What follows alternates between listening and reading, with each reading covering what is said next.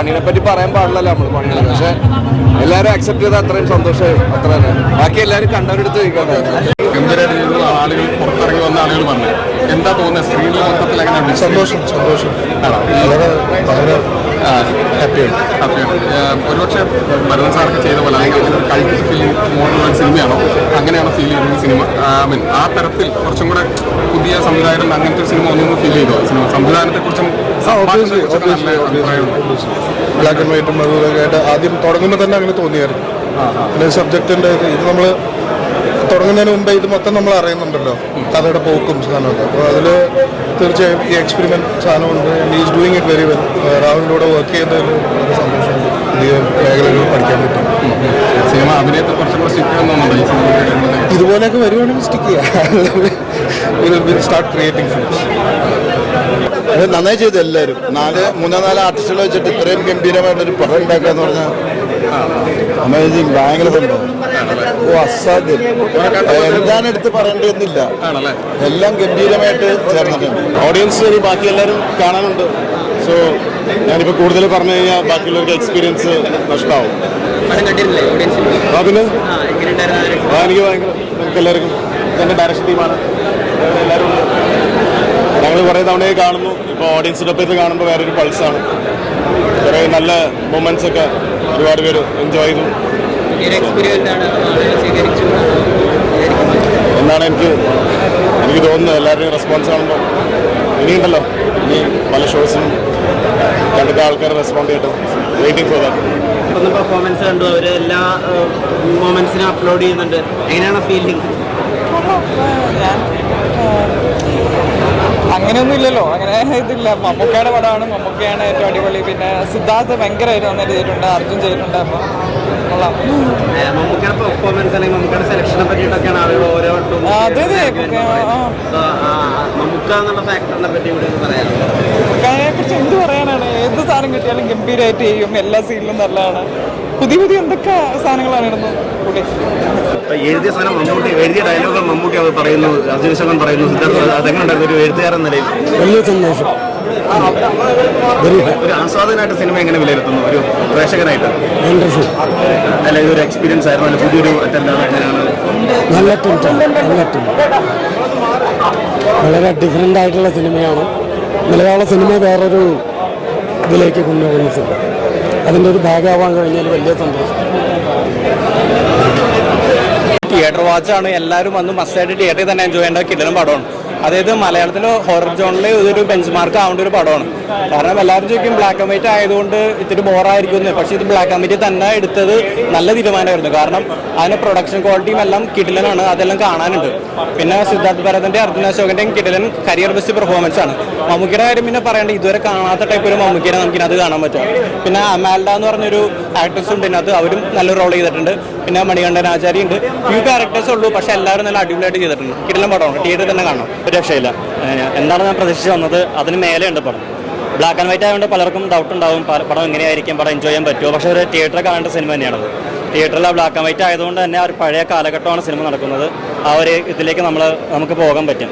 പിന്നെ മ്യൂസിക് ആയാലും technical side ആയാലും ഇപ്പോൾ ആക്ടിങ് വൈസ് എല്ലാം ആകെ 3-4 ക്യാരക്ടേഴ്സ് ഉള്ളൂ മെയിനായിട്ട്. പക്ഷെ എല്ലാവരും ഒരു രക്ഷയില്ല. കാരണം അത്രയ്ക്ക് ഗംഭീരമായ ഒരു അഭിനയവും പ്രകടനങ്ങളുമാണ് കാണാൻ സാധിക്കുന്നത്. പടത്തെ പറ്റിയാണെങ്കിലും ഗംഭീര സസ്പെൻസോ ട്വിസ്റ്റോ ജംപ് സ്കെയറിംഗ് സീൻസോ അങ്ങനെയൊന്നുമല്ല. ഹൊറർ ത്രില്ലർ, അതിനുപരി ഒരു സർവൈവൽ ത്രില്ലറാണ് പടം. ഒരു ഹിന്ദു മിത്തോളജി ബേസ് ചെയ്തുള്ള കാര്യങ്ങളും നമുക്ക് ശരിക്കും ഒരു ഫീല് കിട്ടും. നമുക്ക് നമ്മുടെ ഒരു പടമായിട്ട് തോന്നും. വേറൊരു ഫോറിൻ പടമോ അതിന് അങ്ങനത്തെ ഒരു ചായ ഒന്നും കാണാൻ സാധിക്കില്ല. ഗംഭീര ഒരു തിയേറ്റർ കണ്ട പടം തന്നെയാണ്. തിയേറ്റർ എക്സ്പീരിയൻസ് അത്രത്തോളം പ്രാധാന്യമുണ്ട് ഈ സിനിമയ്ക്ക്, അറിയിക്കുന്നുണ്ട്. അപ്പോൾ തിയേറ്ററിൽ കാണുക, നല്ലൊരു പടം. ഒരു ഹൊറർ, മുഴുനീള ഹൊറർ സിനിമ മലയാളത്തിൽ ഇങ്ങനെ ഒരു സംഭവം ആദ്യമായിട്ടാണ് ഞാൻ ഇങ്ങനെ കാണുന്നത്. ഒരു വലിയൊരു എക്സ്പീരിയൻസാണ് പറയാതിരിക്കുന്നത്. മമ്മൂക്ക പറയാതിരിക്കാൻ വയ്യ. പുള്ളി ഓരോ ഇത് കഴിയുന്തോറും പുള്ളി ഭയങ്കരമായിട്ട് പുള്ളി പറയുന്നത്. ഇതിൽ പുള്ളി വെറും ഡീമോണാണ്, വെറും ഡീമോണിക്കായിട്ടുള്ള പുള്ളിയുടെ ഓരോ ന്യൂആൻസസ് ആണെങ്കിലും പുള്ളി പെർഫോം ചെയ്യുന്ന വിധമൊക്കെ ഒന്നും പറയാനില്ല. പുള്ളി ഈസ് എ ലെജൻഡ്. പുള്ളി ആ പീക്കിലെത്തി. ഇനി ഇതിനും മേളിൽ പീക്ക് പോകാൻ പറ്റുമെന്ന് അറിയില്ല. Is A legend. അത് പുള്ളി വീണ്ടും പ്രൂവ് ചെയ്തുകൊണ്ടിരിക്കുകയാണ്. അർജുൻ അശോകൻ മാർവെലസ് പെർഫോമറാണ്. അത് ഇതിൽ അല്ലെങ്കിലും പുള്ളി നല്ല പെർഫോമറാണ്.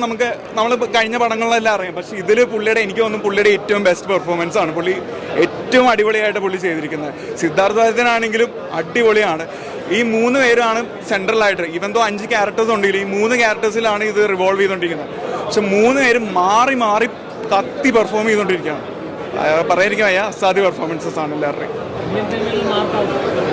നമുക്ക് പ്രൗഡാവാൻ പറ്റുന്നൊരു പ്രോഡക്റ്റാണ് ഇത്. നമുക്ക് ഒരു വേൾഡ് സിനിമ അല്ലെങ്കിൽ നമുക്കൊരു ഫെസ്റ്റിവലിന് ഇത് ശരിക്കും ഷോക്കേസ് ചെയ്യാൻ പറ്റും. നമുക്ക് ഇങ്ങനൊരു സാധനമുണ്ട്, നമുക്കൊരു മുഴുനീള ഹൊറർ ഫിലിമുണ്ട്, നമ്മളെ കൊണ്ട് ചെയ്യാൻ പറ്റും എന്ന് അതൊരു രാഹുൽ സദാശിവൻ അത് പ്രൂവ് ചെയ്തു. അതിനി നമുക്ക് ഇനി കണ്ടറിയണം ആൾക്കാർ എങ്ങനെയാണ് അക്സെപ്റ്റ് ചെയ്യുന്നത്. പക്ഷേ ബ്ലാക്ക് ആൻഡ് വൈറ്റ് ആണോ അങ്ങനെയൊന്നും നമ്മൾ ആലോചിക്കരുത്. ഒരു മുഴുനീള ഹൊറർ എക്സ്പീരിയൻസ് കിട്ടണമെങ്കിൽ വന്ന് തിയേറ്ററിൽ തന്നെ കാണണം. മലയാള സിനിമയിലെ ഒരു പുതിയ ദൃശ്യാനുഭവം തന്നെയാണ്. മമ്മൂക്ക കൊടുമൻപേറ്റയായി അഭിനയിക്കുകയില്ല, ജീവിക്കുകയാണ്.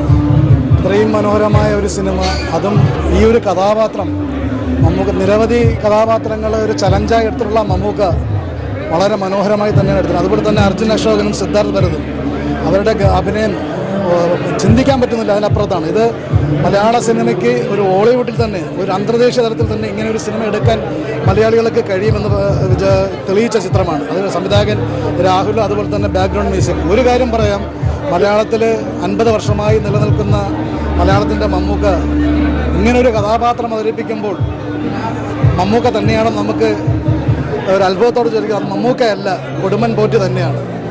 ഇപ്പോൾ ബ്ലാക്ക് ആൻഡ് വൈറ്റ് ആണെങ്കിലും പടത്തിൽ അതിൽ മമ്മൂക്കയുടെ പെർഫോമൻസ് ഒക്കെ കിട്ടില്ലെന്ന് തന്നെയാണ്. പിന്നെ മെയിനായിട്ടും പറയുകയാണെങ്കിൽ ഇതിൽ 5 ക്യാരക്ടേഴ്സ് മാത്രമേ ഉള്ളൂ. രസമാണ്, കണ്ടിരിക്കാനുണ്ട് സംഭവം, കൊള്ളാം. ഈ മൂവി എന്തായാലും അത് തന്നെ പറയുന്നത്, എന്തായാലും ഈ പടം ഒരിക്കലും OTT കാണരുത്, ഒരു TV സ്ക്രീൻ കാണാനൊരു പടം അല്ലത്. മസ്റ്റ് വാച്ച് തിയേറ്ററിൽ തന്നെ കാണണം. എന്നാലും അതിൻ്റെ ഭീകരത എന്താണെന്ന് നമുക്ക് മനസ്സിലാവുള്ളൂ.